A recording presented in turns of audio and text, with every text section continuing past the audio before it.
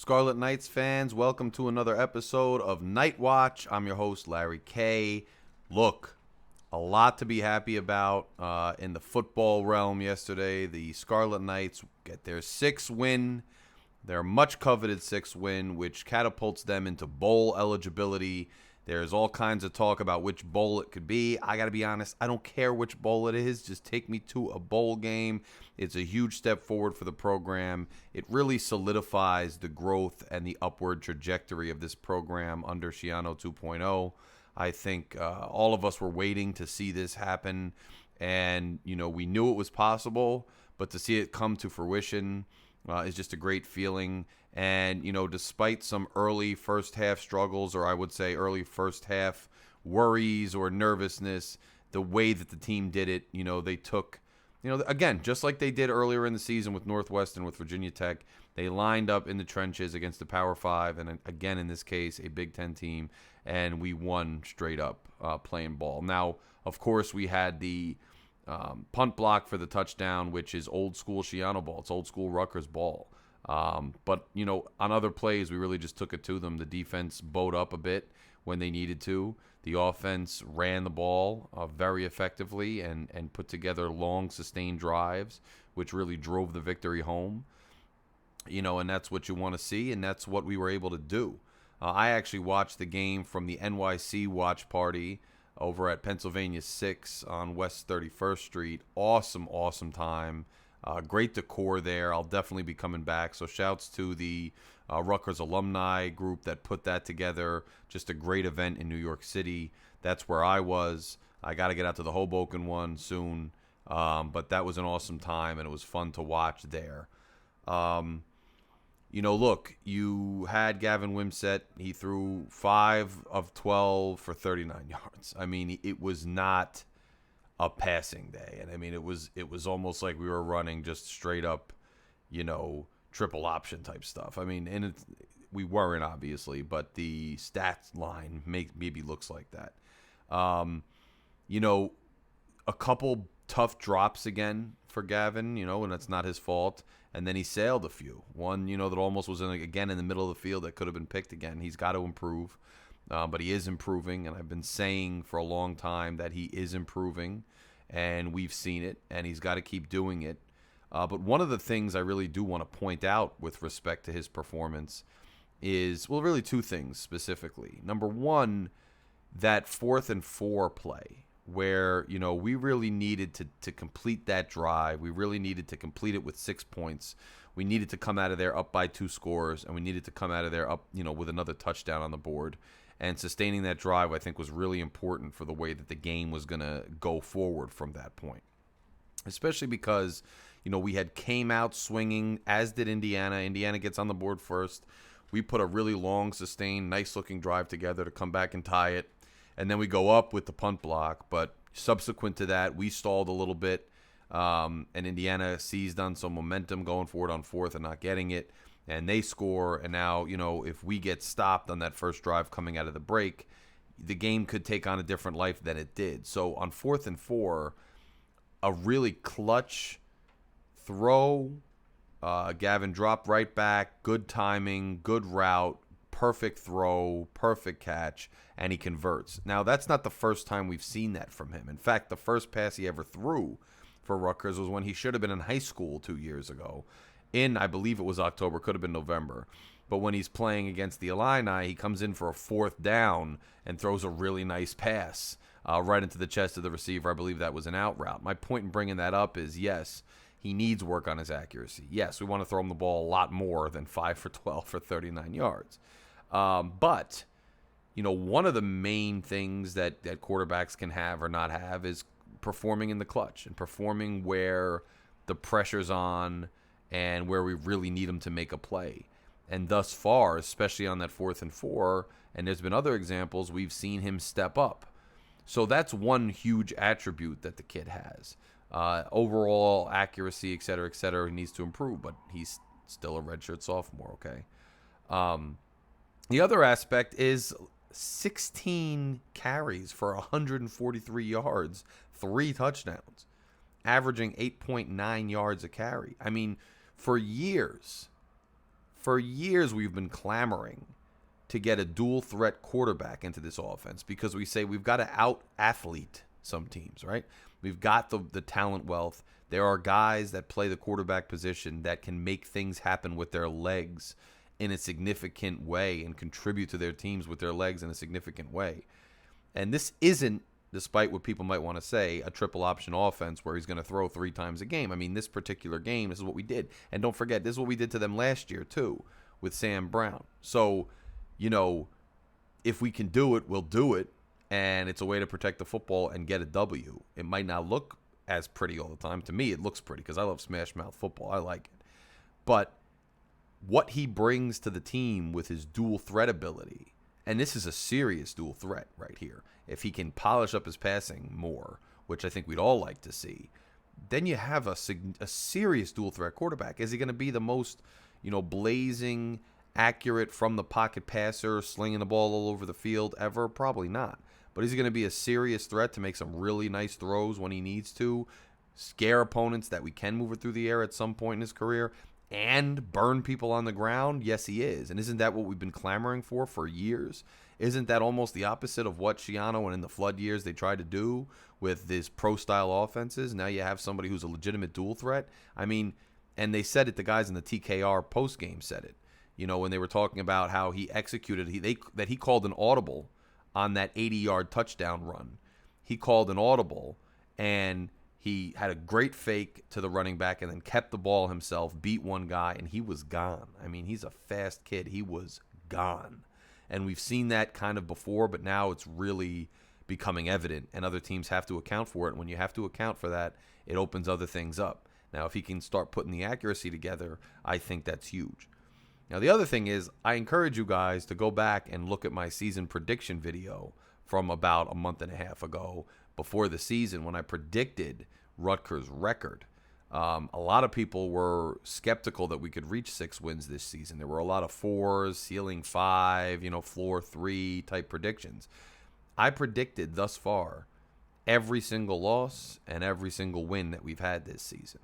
I predicted losses to Michigan and Wisconsin. I predicted that we'd win the other 6, and thus far we have. Now, my predictions the rest of the year aren't as fun, and you can go back and check them out. Maybe I'll revisit them given how we've looked so far this season on both sides of the ball. Some of the things that we're doing I'm liking a lot, so maybe I'll revisit it. But nonetheless, we are here at 6-2 like I thought we would be. We're bowl eligible. It's great stuff. Kaya Monangai, can't say anything else about the kid. 24 carries, 109 yards, averaging 4.5 yards a carry. No touchdowns, but that's only because they just chose to give it to Gavin when they were on the goal line. I have no doubt that Monangai would have gotten it in there too. He went down. We had the scare. I think we all held our collective breaths when Monangai got hurt. And we were like, uh-oh. And that's when the momentum shifted a little too, because that's when we went for it on 4th down, ran with Gavin. Gavin gets tackled. I believe Aaron Young misses a key block there. And if you go back and watch the tape, a lot of Monangai's game is not just carrying the ball, but he's an excellent blocker. His pass pro blitz pickups, we've known they're the things of football lore at this point, the way he levels some guys. But then in the running game too, he's a powerful lead blocker out there, or even a seal off blocker on the backside, and different things that they do. Aaron Young was in there. I think he missed a key block. Wimsatt goes down and Indiana scores. But as soon as Monangai came back in the game, I think we all had a collective sigh of relief. And then you see how things go from that point on. And that was good to see. It's nice to see Sam Brown get in there and get some serious carries. I think part of it was to take some of the pressure off Kyle from having to carry it and the wear and tear on his body carrying it all day. But Sam Brown, 9 carries for 31 yards, averaging 3.4. I still don't see him quite where he was last year, but some of that's also because Monangai's done so well this year and really took a jump forward. But I do think Sam will gradually come back into his form. I think there's a few reasons for why he's not right now, and quite frankly, this year we don't need him to be that guy. Benjamin, 3 carries for 2 yards. He looked okay when he carried, but he got leveled on the one play. And I think you're seeing Benjamin is a younger kid, and it's nice almost to see Sam Brown start taking some of those loads, again, in those carries from him, not because there's anything against Benjamin or I don't think he'll progress, but because you want to see Sam Brown be that capable guy, especially with Monangai. And if we could get a 1A and 1B punch, that would be very great for the end of this season, the rest of the season, a bowl game and beyond. Defense, I think they started off a little shaky, but any team can script a first drive of the game. I think they bowed up pretty well after that. I thought the coverage was very good this week, right? We've been moaning and groaning a bit about the coverage, especially with Melton. But I thought almost every time there was a deep ball thrown or even most intermediate passes, especially after that first drive, you saw guys, whether it was these hybrid linebacker, secondary players we have, or some of the guys in the secondary, we see them getting in there, getting their hands in there, getting the ball, preventing the pass. And you see them, not committing penalties, looking for the ball. Longer Beam just continues to be probably our best corner. Melton had a pretty good game, which was great to see. And I like how they're bringing Melton on some blitz packages and things. Just give him some other things to do that he's going to thrive at that were good. Loyal missed a contain again on the quarterback. It seems to maybe be something in his game that needs to be improved upon. But he had some nice passes defense as well, some nice hits. The targeting in this league, man, like, first of all, that call where they called an offensive pass interference, I almost feel like, and the officiating wasn't terrible, let's be honest, but it was interesting because I almost feel like that flag came out on the BS penalty just to negate the 15 yards because they knew targeting was coming. I don't know. It seemed weird to me. But the targeting rules, I thought that was targeting. But then the targeting call when we hit the quarterback, right? Collins, I think it was, hit the quarterback. It's like he clearly pulled up. He clearly wasn't leading with his head. It's just they got to clarify this rule on a few levels because, number one, the ejection thing is a whole nother part of it. I mean, it just affects teams so much to do that. To eject somebody, especially when it's not egregious or like, you've seen targetings where it is egregious, where they're coming in like missiles, helmet to helmet, no question about it. But a lot of the calls we're seeing these days are not those kind of hits. And to A, give 15 yards to the offense or whoever, and B, eject the player is such a pivotal thing that if they don't get it more clear and, in my opinion, peel back some of it. What qualifies as targeting should be less, not more. And they should be way more specific and way less subjective. I know they say it's not subjective, but it sure seems so when you start looking at some of these things. And some of these things are just football plays that, by happenstance, they wound up colliding with their heads. If they're not leading intentionally, it should never be targeting, especially because of what the penalty is. And you see, especially when it's a team on offense who didn't earn a first down. Say they just sling it way out of bounds. That's what happened on that play. Or it was a run play that went for 2 yards and they needed 10 or whatever. Now you're giving them from some call that's subjective. You're giving them 15 yards in the first down when they really didn't do anything to earn that. It's not like a defensive pass interference where it's a great throw, the guy's open, and the only reason he didn't catch it was because of the pass interference. And the offense has earned that pass interference. The offense has earned those yards in a different way. But the targeting sometimes is just completely off the wall. So the NCAA, I'd really like to see them do something with that going forward to just make it more clear. But I thought the officiating overall was pretty fair, pretty good both ways. They got some calls, we got some calls. They swallowed the whistle on a lot of stuff, I thought, especially on defense, which I think was our advantage, I think helped us. But I like when they call games that way. I mean, unless it's egregious, let the guys play. The guys are on them. They're there when the ball's there. Let them, as long as they're looking for the ball, as long as they're playing, let them play, and see what happens. See who can out-athletic who and come up with those catches and those 50-50 balls.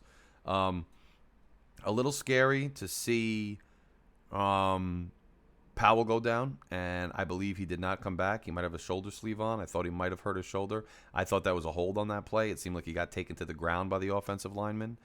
You got to hope. We're lucky we have a bye now, and you got to hope that he comes back and he's healthy for Ohio State, and if not Ohio State, for Iowa. We have an interesting stretch coming up now, right? And I'll talk about it a little bit more. We have a bye week, so maybe I'll be able to talk a little bit more about that. Maybe do a basketball season preview. And by the way, basketball had their exhibition yesterday over in Queens. They played St. John's. went to double overtime, as I understand it, and lost at the end in double overtime. I got to delve a little more into the stats there and whatnot. I know the basketball team's excited for the season, and by all accounts, it was a good exhibition for all sides to kind of get out there, get their feet wet, and we're looking forward to the home opener. But you got to hope Powell's back because we have a lot, we have a lot. I mean, we were playing with house money in a way because now we're going to a bowl. But now we're playing with that house money and we can play lose. And let's see how much damage we can do. How competitive can we be with teams that are highly favored over us? How, much more can we develop the offensive line, the passing offense, the quarterback play, especially through the air? Can we get Sam Brown back up to speed? And what do these games mean for us in terms of which bowl we wind up in and who our opponent in the bowl is? There's still a lot of season left to go, which seems incredible because when you start 6-2 and, as fans, our goal is, hey, make a bowl game, show us some progress, and we've reached that. But now the team still has plenty of other things in front of them. This could be much better than that even. So it's going to be interesting to see, and you hope that guys like Powell can come back and can play. I don't know the status of Chris Long. I don't know the status of Conga. And it was interesting with Chris Long. I'm hearing these babblings on message boards about things, but I'm not even going to put them on record here because I don't really know, where it's coming from. But hopefully he comes back and he can play because that would add another weapon to the wide receiver core. And the wide receiver core isn't that bad when you start breaking it down. It's a shame Brantley's probably not going to play this year because of more NCAA nonsense. But either way, I mean, I thought they've been doing okay. If they can hang on to some more of those balls, and if Gavin could see some guys a little better and then get the ball to them, we could really be, have a good game if it all clicks because it's kind of, you see it, it's there to be made, just hasn't been made either because of drops or because Gavin's not getting them the ball or because he didn't see him.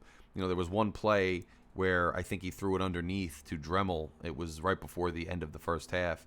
And, a pump fake or even just looking towards Dremel, I think drew the secondary player off the receiver in the back. I don't know if that was Jackson or Washington, but they were kind of in the back corner of the end zone there. Similar looking play to the other week, although I think that was the running back who was open in the flat. But he could have gone over those guys. Maybe it was too risky of a throw. Maybe he was told, whatever you do, don't commit a turnover here. Don't take a sack. So he gets it to Dremel, but I thought there was a guy open in the end zone. We've seen more than one of those things. But, that's reading the field. And reading the field, you become more adept at reading the field and you become more used to it the more reps you have, the more film you watch, the more you've seen that you've missed things when you're watching film. Now you're going to start looking for those things in the game next time. And I think that those are things, especially seeing the field, making the right reads, knowing where everybody is, what defenses are showing you and what that frees up. Those are all things you learn over time. And those are all things you learn as you get more reps and you become an older player. So I'm not worried about those things. The accuracy is what concerns me a bit. But when you combine, continued learning with reading the field, some really nice passes, good performance in the clutch with a very good running ability, I mean, you're dangerous. And if you get more weapons around and your defense is playing well, and you can improve on some of the things that you need work on, you really are building up a formidable football team and a formidable offense. So while the numbers don't look pretty right now, I'm still encouraged by a lot of the things I've seen. You could tell Shiano was excited, and it was funny is earlier in the season, before the season even started, I thought he seemed upbeat. Like in the beginning of training camp and the first scrimmage, he didn't seem upbeat. He seemed like he was aggravated, right? And this is just me reading into the tea leaves. And hey, I'm kind of good at reading people. It's part of what I do. I thought by the end of training camp, he seemed genuinely excited. He seemed genuinely upbeat. And I took that as, he knows something we don't know. He sees something in this team where he thinks they're ready to have a pretty good season. They're ready to compete to some extent, on a more serious level. I really did read that into him, and I gleaned that from what he was saying. And that's part of the reason I made the prediction that we would get to 6 wins this year. And I think he was very upbeat, mission accomplished. I think it's a weight off his shoulders because the overall goal is still before him. It's not accomplished yet. He knows it's not going to happen this year, but he sees the progression, and that keeps recruits interested. That keeps momentum going. That keeps the belief high. That keeps good coaching candidates wanting to come here if we lose somebody. There's a lot that goes into that, and I think it was important to get there. And I think it's going to bode well for the rest of the year as well. If we can get fans in the seats, it's going to be good for the next couple games. We'll see what we do. I'll talk to you about my Ohio State prediction when the time comes. Not right now. Now's not the time. But it is a beautiful, beautiful fall Sunday out there. You guys probably have NFL games you're watching. You're spending time with the family. You're enjoying it. Enjoy the win. We have 2 full weeks to enjoy the win. It's going to be nice.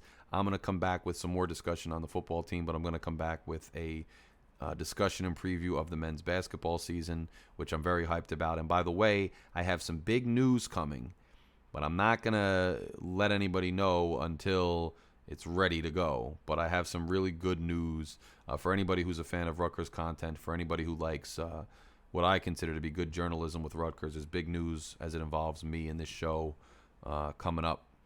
So stay tuned. If you guys haven't done so yet, if you made it all the way to the end of this video, if you find yourself seeing my face pop up when you search Rutgers, or you click on me here or there or whatever else, take a second right now. Just hit subscribe. Click subscribe. It's right here. It really helps the channel. We got to get to 500 subscribers. We're pushing. We came all the way from a tiny channel all the way up to the 300 plus we have now. We got to get to 500. Rutgers is a smaller community, but we're a vehement and we are a diehard community. And I'm creating content and conversation for the Rutgers fans. So smash that subscribe button right now if you can. Just take right now. Just hit it. Click it. It's right here. Click it. And subscribe to the channel. And I got plenty more content coming out soon. Anybody who's been coming up to me, talking to me at the games and the events, that's been awesome. Keep on coming up to me. I'm in the blue lot every game. You'll see me around the stadium. You'll see me around the arena. And I'm hard to miss. So come say hi. Come hang out. And look, enjoy this win. And we're going to talk again very, very soon. Larry K out. Go Knights.